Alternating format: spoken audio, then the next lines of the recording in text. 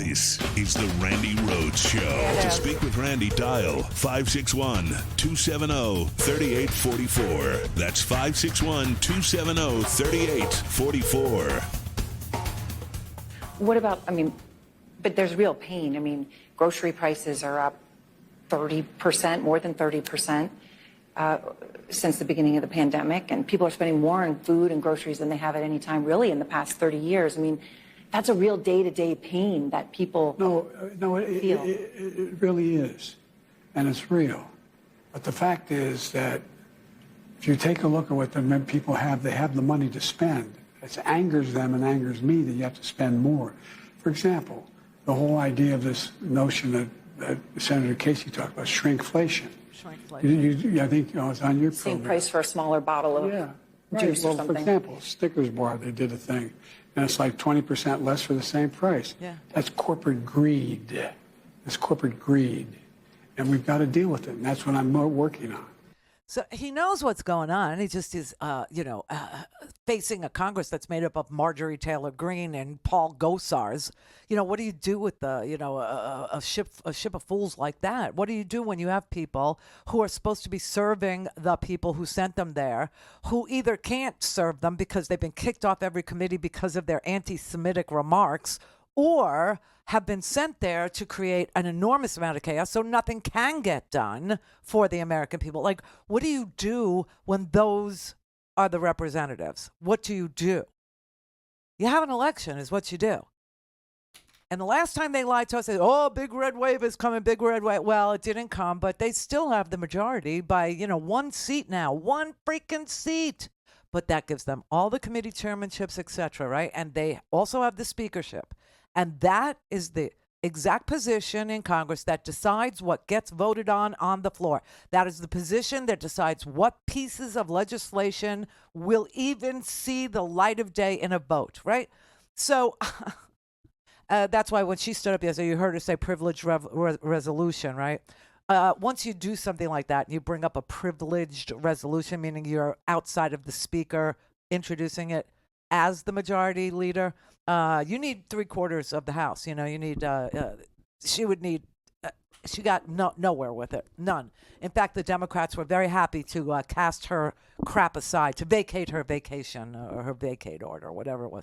But so this is what we're trying to work on, okay? So Sheldon Whitehouse introduced this piece of legislation in May of 2022. This is how long crap takes, even though it's the right thing to do, even though it exempts anybody small that could get hurt in this, even though it only IDs, like an enormous amount of windfall profits to be clawed back. And it's got a distinct payoff for every American who is being gouged at the pump. Big oil hates this. The five largest publicly traded oil companies, okay? They are bragging all the time to Wall Street about, how much profit they made to increase the share price.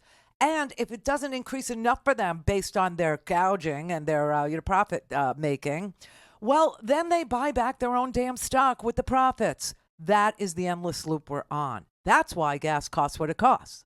Okay? All right. So $264.3 billion was the haul for 5 companies post-pandemic profits. Not revenue, profits.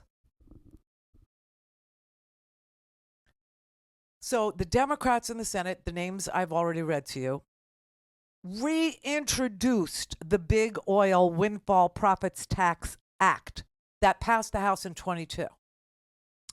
It actually looks to claw back money that the profiteering that Big Oil does, that's coming out of our pockets and going into theirs, comes to an end because there's a price to pay at the end of their rainbow. So I'm going to explain to you what Sheldon Whitehouse explained to me.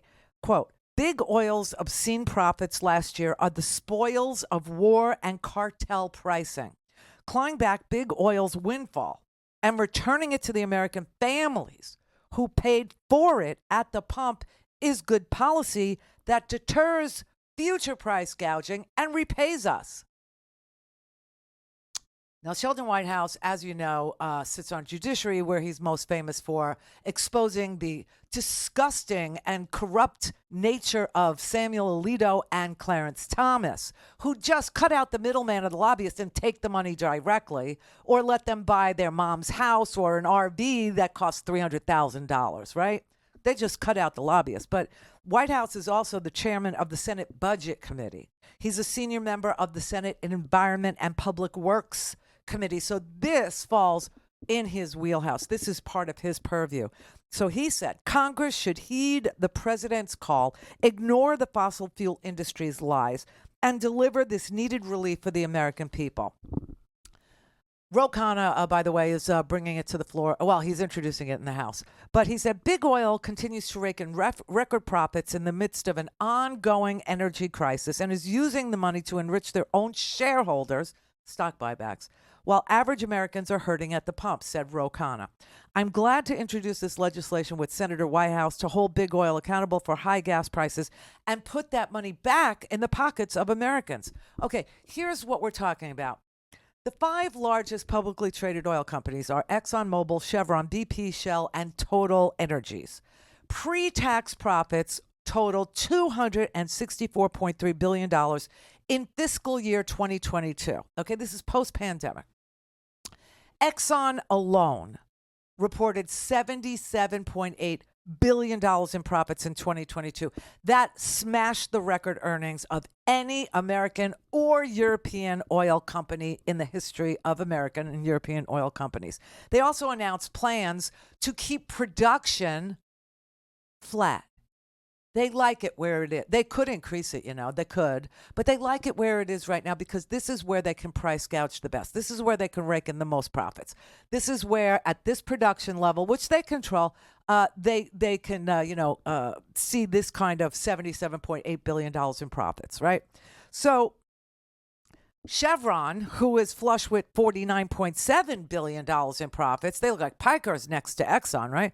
They greenlit with their profits $75 billion in stock buybacks to increase the share of their stock because, when they're compared to like Exxon, and Exxon's showing, $80 billion in profit, and we're only showing $50 billion in profit, we got to jack up our stock price. All right, so this is what we're going to buy back our stock. That's what we're going to use our profits for.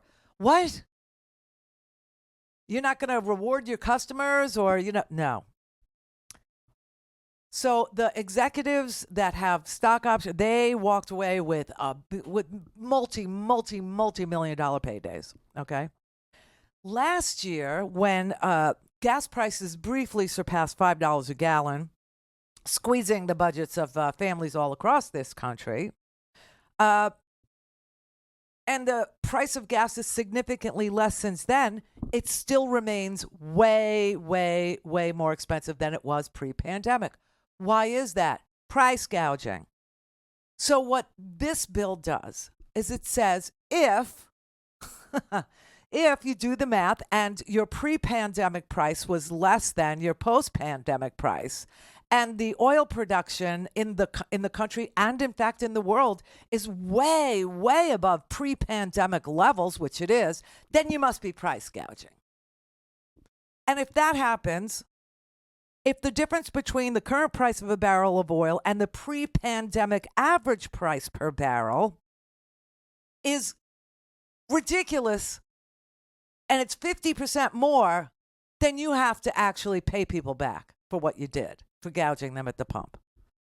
I mean, it only applies to the largest companies.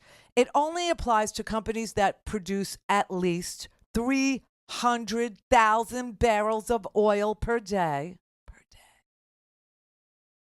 Smaller companies with 70% of our domestic production will be exempt, but Exxon and Chevron cannot simply continue to gouge us at the pump so that they can see this obnoxious number in profits that is 50% more than it was pre-pandemic for no apparent reason. No apparent reason. And so this piece of policy, this legislation, would actually require the windfall profits to be given back, returned to consumers in the form of a quarterly rebate. a check every quarter. If the math gets done on the gouging, the way that we've just explained, the total of gouging would be $48.1 billion per year. $48.1 billion is what we're overpaying. $48.1 billion.